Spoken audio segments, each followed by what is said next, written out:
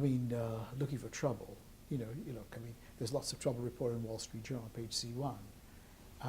We don't look at the sort of epicenter where the pebble's been dropped. We look at the as ripple spread because they're derivatives. There are follow-on impacts on a whole bunch of other things. One thing does not affect. It may not be just one company. It could be companies related to that company a couple of times removed, for example, where the real opportunity is, which people have neglected. And that's one way of thinking about it. That's one. Second, when you look at businesses, and this is now I'm going to talk about accounting, businesses sometimes are not just a single business. They could be a composite of different businesses or assets. Think about the building blocks inside it. Put on your kitty hat on. Think of, what would I do with these building blocks? Would I reorganize them in a different way? Which is, this goes back to the Third Avenue's bankruptcy heritage. What if we were to tweak the balance sheet to look something different? Would we have a better outcome? Would we have a different outcome?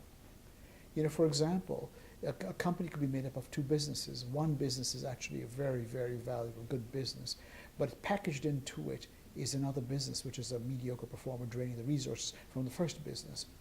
Can the two businesses be separated? Look at it and think about it with a view. If you own the whole business, think of it as a business owner. If you own the business, what would you do differently? So that, for example, was our experience in WBL, where the proposal was that they separate off and sell off businesses which would realize the value in the very disparate collection of businesses with a view to reinvesting in more promising areas. Well, as we were making progress down that path, there was a takeover bid for the company because somebody else realized that there was a takeover bid even higher. So the rest, as I say, is history there. But think in terms of the constituent parts of what it is you're buying. And that's really quite important. As you disaggregate holding companies into its constituent holdings, think about a business, which is not obviously a holding company, but businesses often have multiple parts.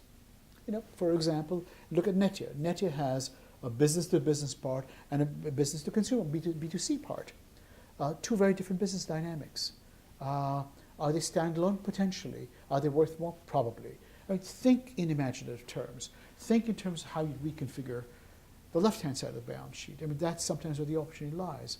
Sometimes think of the right-hand side of the balance sheet, how you reconfigure that as well.